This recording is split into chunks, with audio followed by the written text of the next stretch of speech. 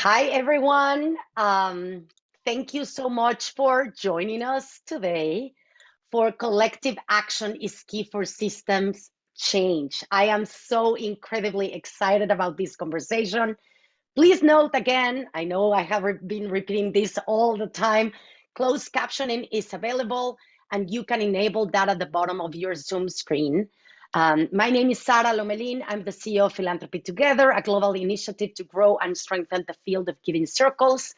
Today, we're so excited to discuss with this couple of powerhouses about how our collective voices can really have structural change.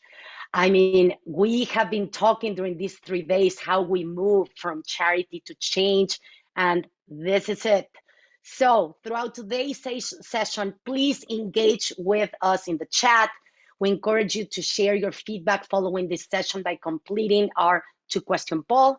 So with that, I am happy to introduce you today to, I'm going to pass it to Sudha of Social Venture Partners International, who will be in conversation with Marcus of Grantmakers for Effective Organizations. Welcome.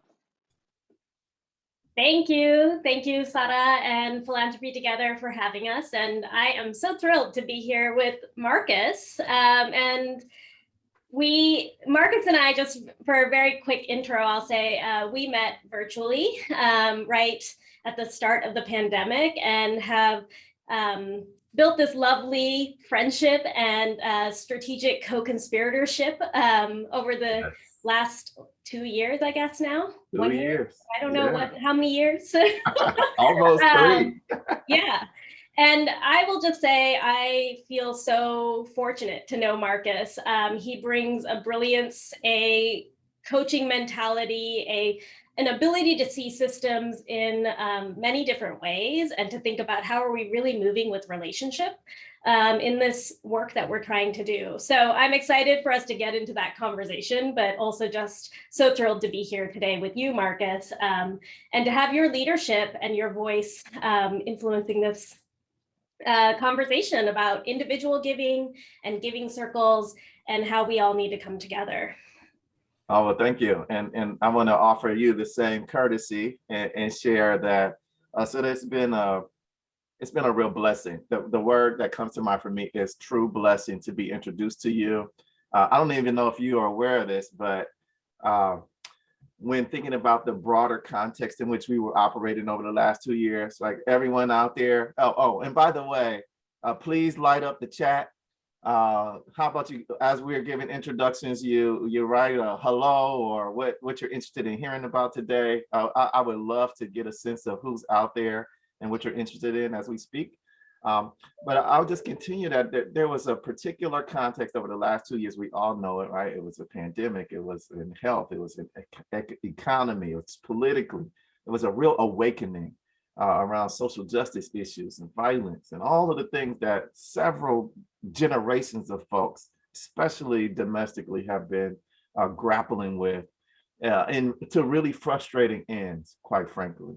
And so a colleague of ours, mutual colleague of ours, Glenn Harris, who was, as a new CEO, he was a mentor to me in many ways and a thought partner and really encouraging around the strategy for Grantmakers for Effective Organizations. And he said, you know what, I'm gonna make this introduction. You gotta meet Sudha. And the moment I did, I haven't been able to go a week without some kind of check-in, or I don't even think my own staff appreciates the closeness of this connection and how much of your insights have really challenged me to be more audacious, to think bigger, to take what I've observed and connect it to examples that other people can learn from.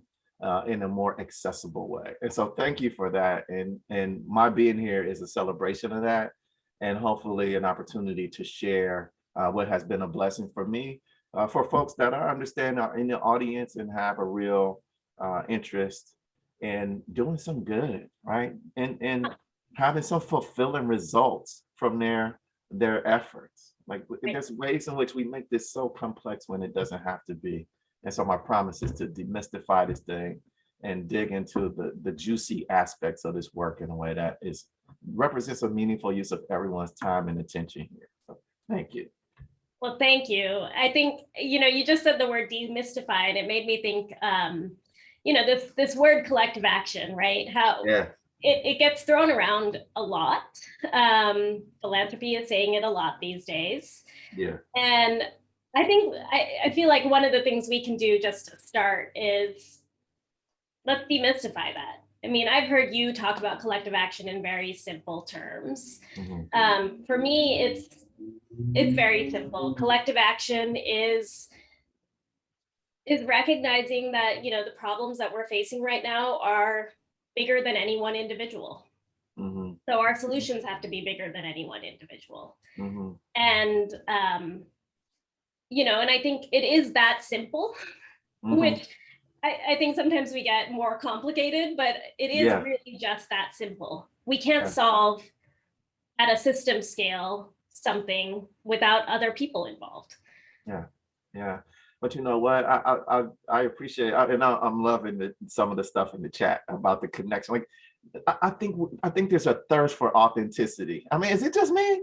Or do we want to see real people grappling with these issues and not behind the scenes and then get on these things and show up like these experts that know everything there is to know about a topic? I'm saying to you that I have 15 years in the field. I've served in 2 different types of grant making entities, 10 years apart. So learned a little bit from the first time that I was in the sector. Now I made a set of observations and some patterns that I'm sharing back to you. But I'm as much of an interested learner in what's happening as everyone that's a part of this. And so collective action to me is just that. It's us coming together to learn together, to share our ideas and insights, to get multiple frames of view and reference and experience around a particular set of issues, to then allow me to confidently speak about my own observations, because I know that other people have had the same thing. So I feel like there's an edification that happens at the core of our humanity when we come together. And that's my esoteric version of it. But on a very simple level, right? On a super simple level, a couple of things happen. And I just made a note, because I've been reflecting on this. And I was thinking to myself, like, what is it about collective action that we want people to understand? Like, what is it? What's the practical takeaway from operating together as opposed to in isolation? The first thing is that conventional philanthropy, the way things have been traditionally, is pretty much one that is siloed. It's been characterized by working independently and sometimes competitively. And so what has that done? I don't know about you, but the majority of people that I speak with want something to improve. There's something about our work that they want to change. They have found it to lack fulfillment. And I suspect it has something to do with how we go about the work. So the culture of our work, in addition to the practices and strategies of our work, have something to do with the outcomes. There's also something about buy-in.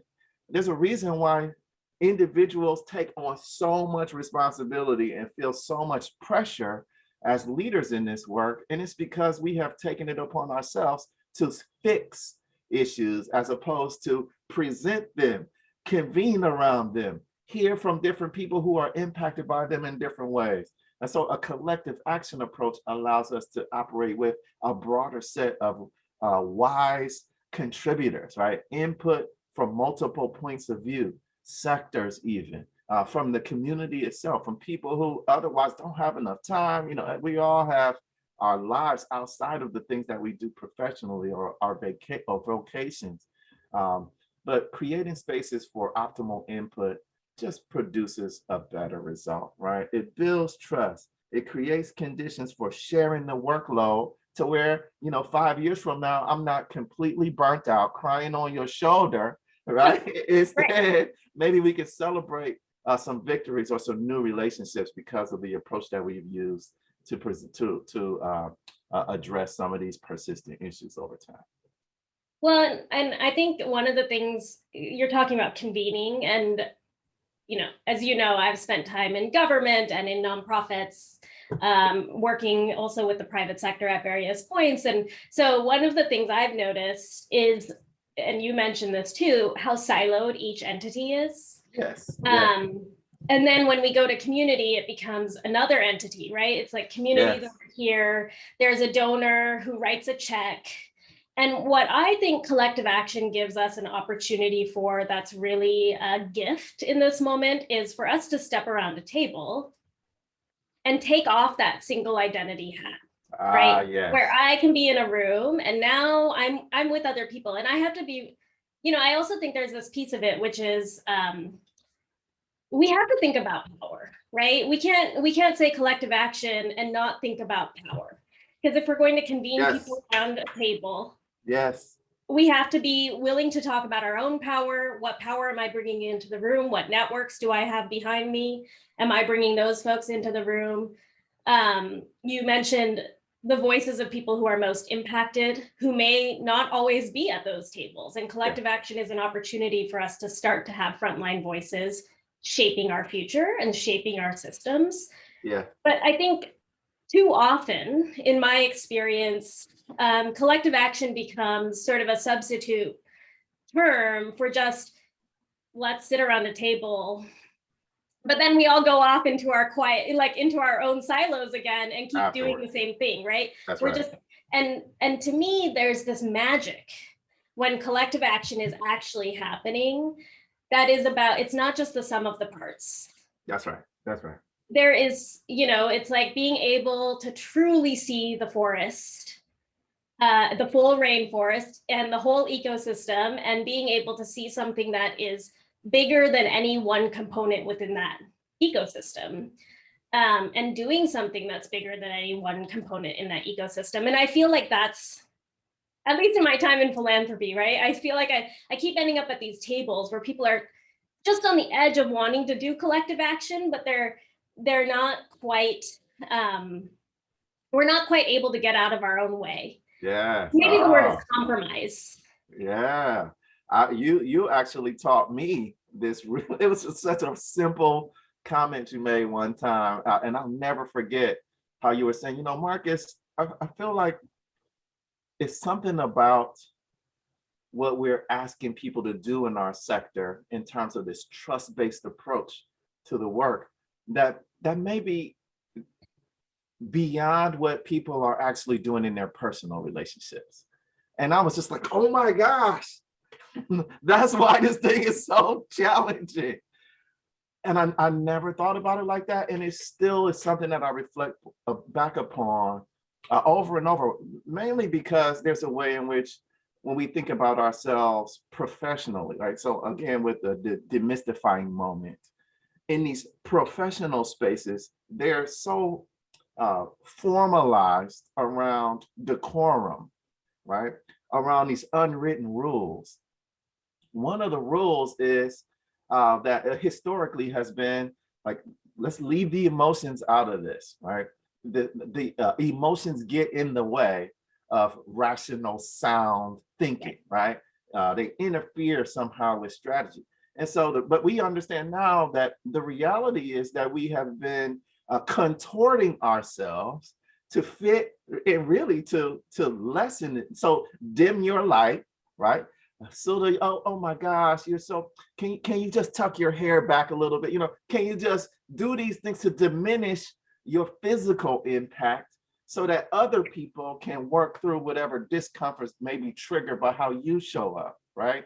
These are dehumanizing ways of treating individuals. And so from the jump, the way we organize spaces impacts how people show up, the degree to which people can bring their fullest expression as a contribution to these kinds of things that we're talking about. And I think that's important because I love the statement. I was able to catch one in the introduction in the chat. Someone talked about joyful militancy, right? Joy and social change used to go hand in hand. And if we want to, part of the collective action is about mobilization. It's an acknowledgement that our individual agency, when multiplied, is exponential in its impact, and not just, as you mentioned, right? It doesn't equal, 1 + 1 doesn't equal 2 in that situation. And so the question that I'm having when I think about collective action is, what is it, how might we show up in ways that allows for the whole person to come forward toward the end goal of mobilizing, right? Tapping into the collective genius and wisdom to participate in this joyful militancy, if you will, right? But if we're not joyful, if I look miserable or angry every time I show up, then who wants to be a part of something with me? Right. It's not collective misery, right? It's a collective action. And so I'm just saying that because I just have the sense, I can't see you, but it's something in the vibe of this group that needs to hear this. In the event that this thing is showing up as an insight or something that I'm compelled to share with you, just trust that one of the things you see happening between Sudha and I is that there is an unconditional presence. I will show up for this woman in any situation because of our shared sense of vision, our shared values, and our shared purpose, right? That's a transformational relationship. That's a transformational approach to movement around any issue, different than the transactional ones of the past, right? We were in a particular moment of transformation, and collective action is the way forward. Well, and I think you're starting to answer one of the questions that came in from Jenny about this, how do you get to engaging others if we have similar goals but different values? And I would say you can. You have to step back and you need to have the values conversation. Because we can get into tactics, and too often I think that's actually, so, I saw also someone asking about examples of collective action, right? So giving circles, to me, obviously are a really clear example of collective action. I write a check, I have other people write a check, and then we make a decision together about where that money goes. Or perhaps we delegate our power of decision-making to a community-based group of folks to decide where that money goes. That is an example of collective action. Collective action can also be certainly people coming together across different entities and organizations to try and pass a major policy initiative. So, I like to say, I think sometimes we think of collective action and we obviously go to the big policy questions, but a lot of times collective action is something smaller. Collective action can be getting a group of people together in your home and deciding to fix a park across the street, right? So and I think especially in communities of color, collective action often takes the form of mutual aid and being able to go,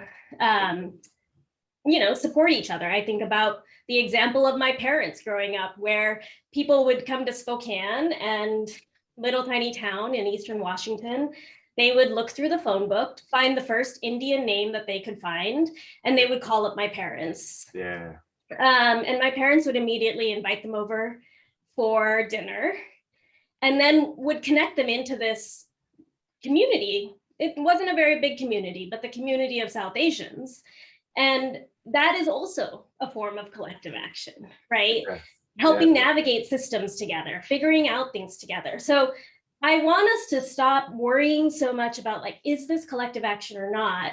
And instead get into a framework of saying, are we working with shared values? Yeah. What are our shared values? And then the work comes from there, but it's starting with that sense of shared values, relationship, trust, right? All of these things that you mentioned, joy. I think sometimes we skip all those things. We skip ahead of those things, and then we find ourselves kind of at odds. Because we haven't done the first set of work of just saying, are we on the same page in terms of our values? And what are we trying to do within the context of those values? No, I love it. I love it. And for those of you who may not be as comfortable with the vernacular, right? The parlance of philanthropy. I'm really, one of the things I'm attempting to do here, I'm noticing myself attempting to address some of the popular terminology and concepts and just offer very simplified expressions of them. And so the examples that I use or any context in which I'm sharing, my promise to you is that it's based on firsthand experience, right? Because these are such some of these concepts may be unfamiliar. My promise is to not offer my opinion that's not grounded in some experience, but to share my observations through experience for your collective consideration. Because there's all kinds of different ways to think about this stuff. And far be it for me to say that I'm the expert on any of this, but I do have some experience with it that I believe might be useful for your efforts. It's been proven in some other spaces to be productive. So having said that, this question of operating across differences is intriguing to me, and more so because I feel like there's a way that we kind of avoid discomfort in our spaces.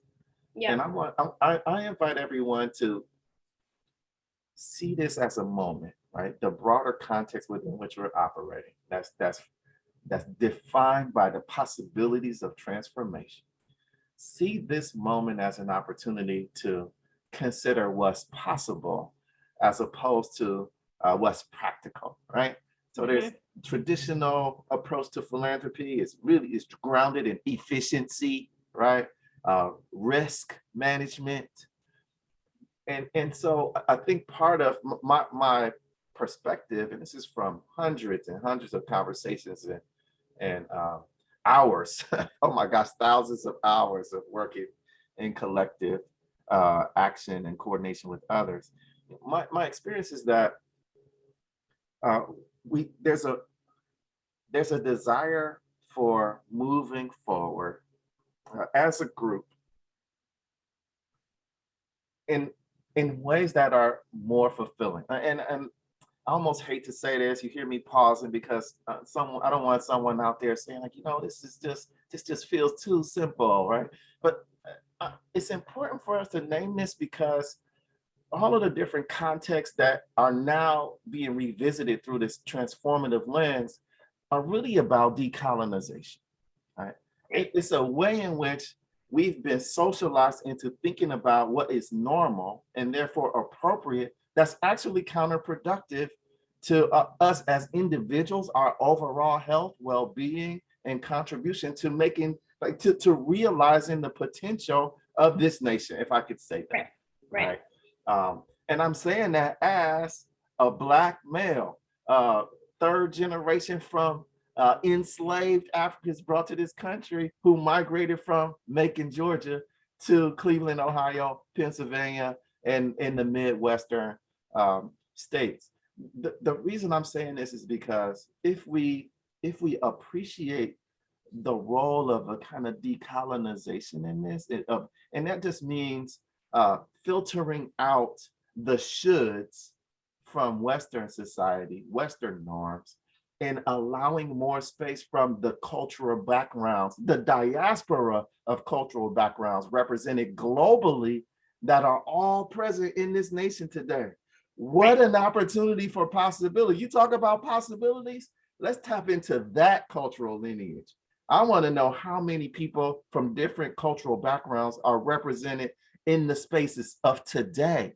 And I want to create conditions within our institutions, as well as my own deprogramming, to be able to create welcoming conditions that develop a pipeline for that next generation of multicultural, multi-ethnic, civically engaged and active leaders in this sector and across other sectors. Because what we know from that version of collective action is that we reinforce and energize the democracy that holds this society together, and we can take it to new levels that perhaps have never been experienced before by the people who inhabit this space. Yeah, you're making me think of a few things. One, just this idea of democracy and collective action as an opportunity to practice democracy, right? Yeah. Democracy is not about the one time you go to the polls a year. It's about the daily experience of it. And so many people don't have that daily experience. And I think about so much of how funding works in in movements, right, and moving money to social change, there is a closed group of folks who are making decisions, or as we saw in 2020, a whole bunch of folks writing checks from their homes. But the people who are actually doing the work are not part of making those decisions. Yeah. And when we are creating that sort of power dynamic, it makes me, I think we are reinforcing a consumer approach.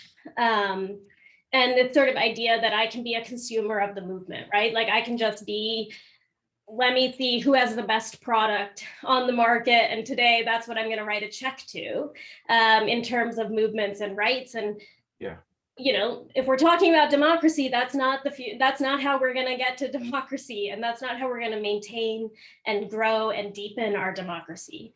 We have to be willing to step outside of a consumerist approach, outside of that individualistic approach. And I love you naming decolonization, because I do think, especially for those folks who have, experience with philanthropy from communities of color or from outside of the United States, it often starts from this very collective space.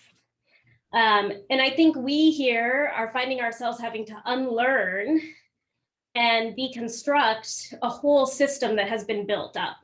Right. As philanthropy, as social change work has all gotten professionalized, it's often gotten individualized. And so to me, part of the collective action work is, let's just drop it down back to relationship. Back to being in that transformational space rather than transactional. That we need those things so often, not just for the betterment of our democracy, but just for the strength of our communities. Yeah. Thank you, Sudha. I love the way you knit these things together. You can take me out of the clouds and bring me down to the ground, and then I can go back out into the clouds again and come back down. But one of the things that, as I was listening to you talk about this, the connection of philanthropy in a vibrant democracy, right, an active and engaged populace. I thought about my grandmother. My grandma, and I had the privilege of being raised by, like, being aware and engaged with my grandmothers for at least a decade before they transitioned, and in their 80s and 90s. So they were also elders, just so wise. But they were each community mothers, and so there was the 11 brothers and sisters of my mom and the 11 brothers and sisters of my dad. That's right, that's 22 aunts and uncles. Thank you very much. That's what I'm a product of. That's a lot of love. But not only were they mothers to my blood kinship circle, but they were moms to the neighbors' neighbors. They were sisters to Miss Jones, who lived down the street, right? Oh my God, I remember going to so many homes on the street of my dad's mom to go get some sugar and bring it, like, go get some butter. The borrowing, like, that was philanthropy in action. I didn't even realize it, right? And so this institutional version of it is an offshoot of something that is very culturally held. And this is what I mean by tapping into our collective wisdom across the cultural diaspora, the global diaspora that is represented domestically and abroad, both, because we have wisdom and it's been practiced through generations in ways that, imagine if we created a welcoming space for donors from these backgrounds to bring their wisdom, their insights for our collective learning into practice. Then we have a system that perhaps can move from its transactional core to something that is significantly more transformational in its impact. Right. Yeah, I mean, I think this piece that you're talking about too makes me think about also, what does it look like to have truly cross-class conversations and relationships? I think for so many folks, right, as you have more wealth, you become distanced from the front lines, and the opportunity of cross class and cross race and to your, cross cultural experiences. For me, part of the opportunity there is for us to start to knit back together our communities, and the sort of not just polarization, which I think is a term that's thrown around a lot these days, but I think this sort of separation that has happened, this classifying of people in one group over another, when we actually all have multiple identities and multiple expertise. And so how are we, as we think about collective action, creating the spaces for that kind of multi-expertise? And also for us to come into space with that power awareness that we were talking about earlier in the conversation, that it's, there's this piece that it is like all of us being able to have community mothering. And also there is a practice that we each have to engage in to be able to be connected in that way, right? Yeah. It is not, and this is where it can be very simple to define, but it is not simple in practice, right? It has to be a practice. I encourage people to find communities where you are practicing giving up your power, practicing sharing your power, practicing analyzing power with and in relationship with other people. Because I don't think this is something where you walk into the room, to the point we've both made. Neither of us are experts in this. We just happen, for me, I happen to have stumbled into a practice of collective action for most of my career in different sectors. And I'm, as much as anyone else, sort of experimenting to figure out what does it take in this moment, in the challenges that we face, right? When we are facing climate change, huge economic inequality. To me, I just don't see how we solve those things by trying to find the single hero. And I remember these trainings in the social justice world. For a while, there was this pitch about like, we have to really talk about the hero's journey.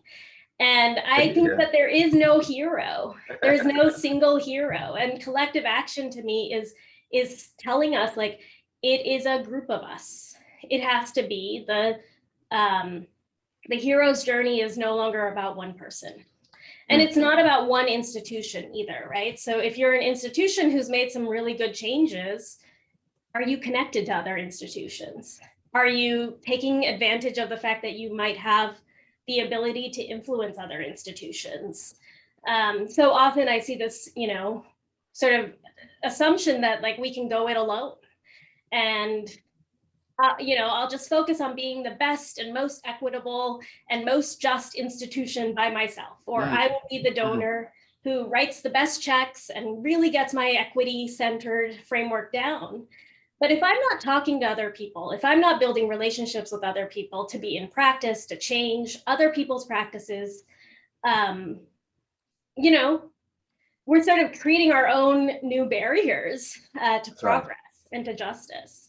Yeah. And so that's what I'm really, as we're talking, like I'm sort of grappling with this choice point that we have to become expert versus to be practitioners, and to commit to a lifetime of practice and communities of practice.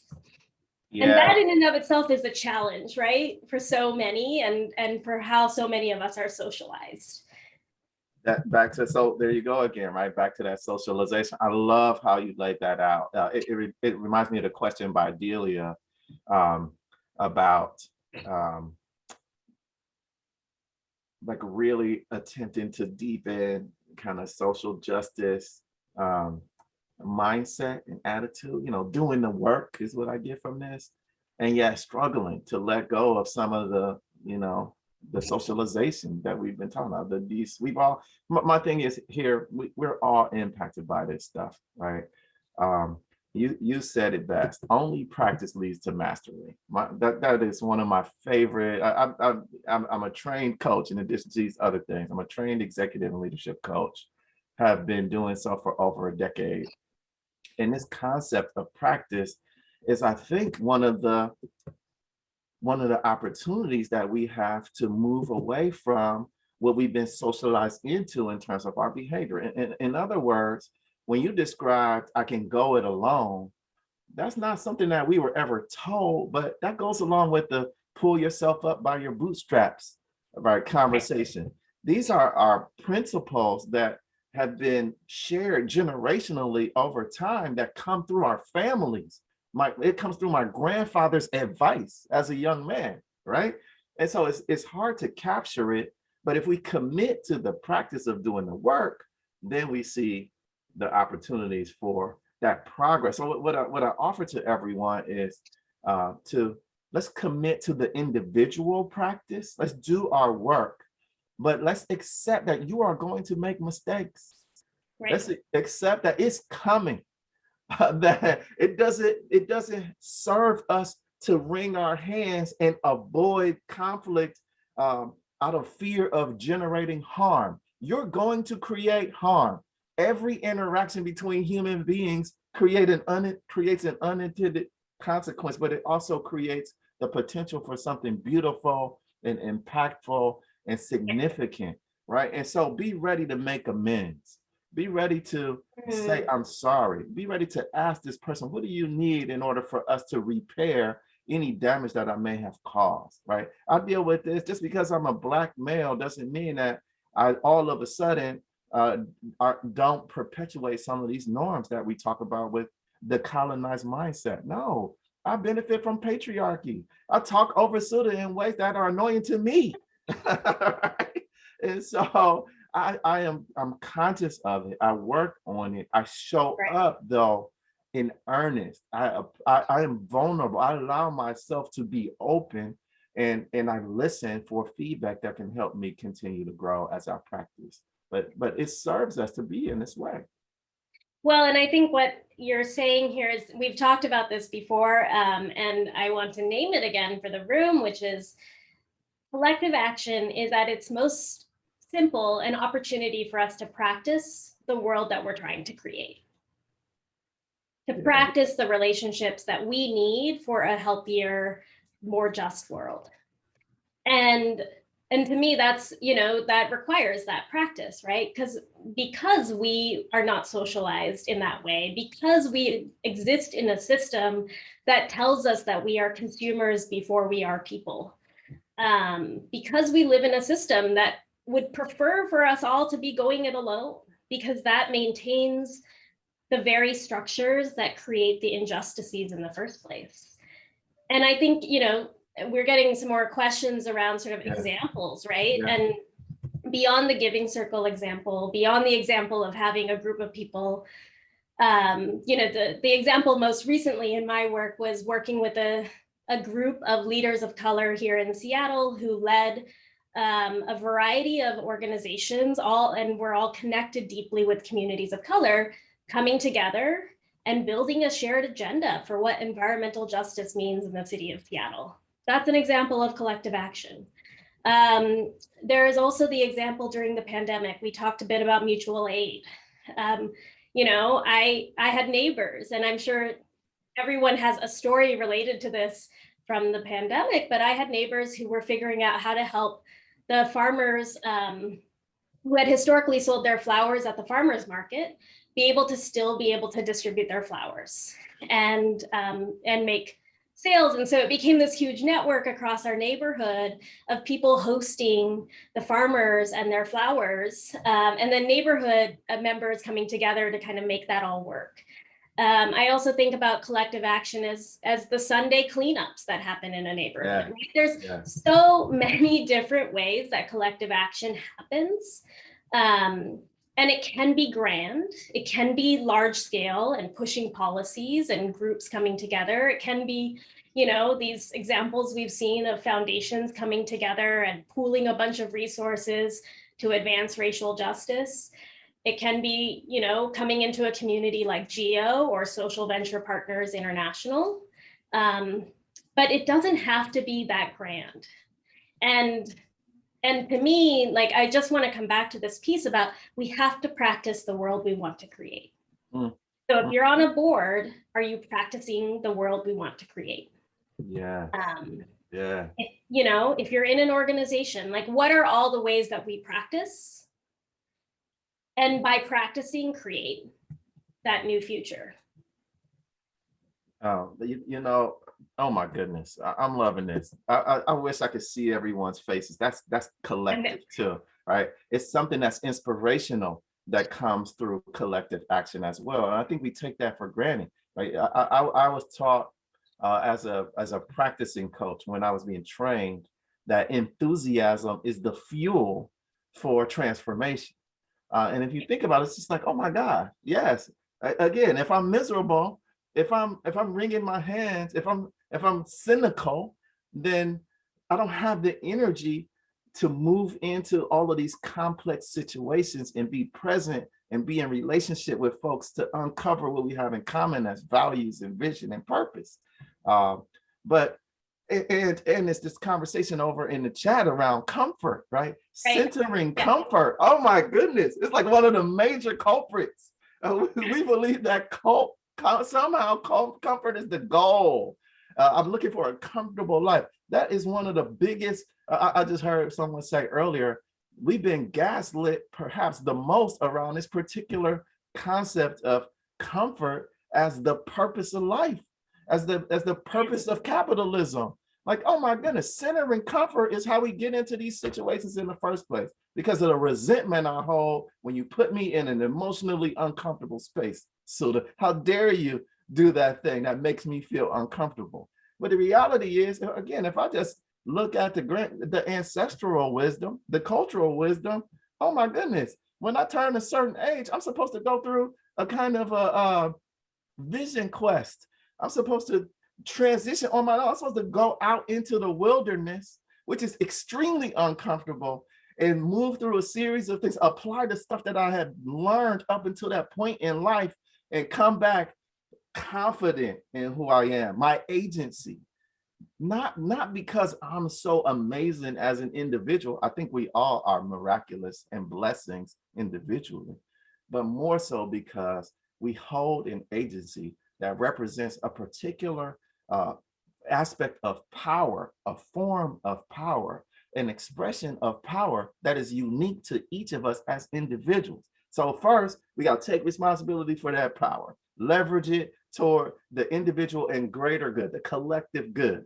Then we have organizational power, or family power, or group power, right? Our ability to envision and realize materially the tangible results of that vision. To make a vision reality is our power. So as donors, I love the donor class because you get to step into that power and you can make things happen really quickly. Right? You can use not just your purse, the power of your purse, which we, I think, overly emphasize, but you can bring people together. You can say, oh my goodness, Marcus, you got to meet Sudha. Sudha is this amazing leader of this network. And then we get together and Geo, SVPI, all of a sudden does some amazing work over the course of 10 years that changes the game in philanthropy, for example. Just for example. But that's not even it. So there's one more. There's one more. So there's the power of the purse. There's the power of the convener. We also have influence. And so I think everyone on this call has probably heard of this woman named Mackenzie Scott. Yeah. Helpful, man. Right. But Mackenzie Scott is an individual who has so much influence now that her every action is being scrutinized, written about. There's probably going to be a class written about this. I'm being interviewed as a grantee, right?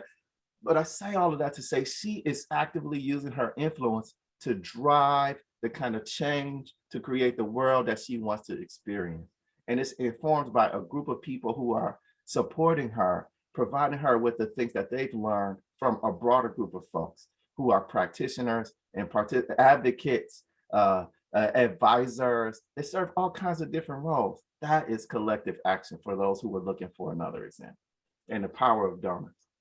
Yeah, and I want to pick up on this comfort note too as we're closing out the conversation. But to say, like, I think that one of the things I would challenge us as we are doing this work, okay, we are donors and we all decide to put some money into a pooled fund, right? Which is, of course, in Reimagine Giving and the work that we're doing at SVP, that's what our first ask is of people when taking a step towards collective action.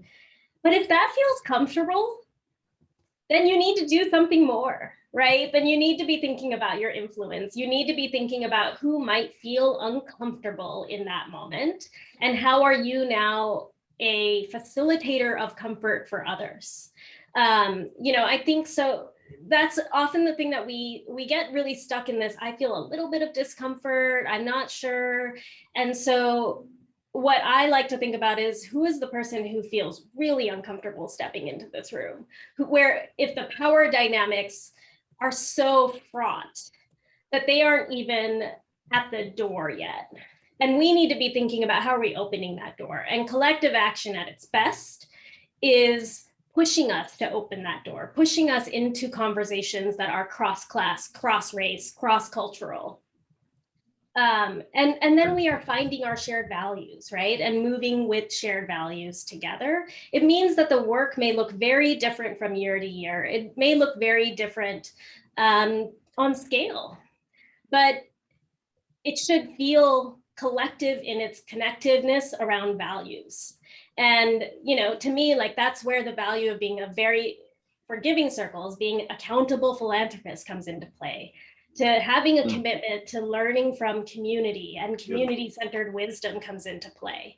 Because when we can really be in it for the long haul on those things, and practitioners of those things, that's where the relationship piece comes in. And a lot of times I hear people ask the question of, how do I get people of color into the room?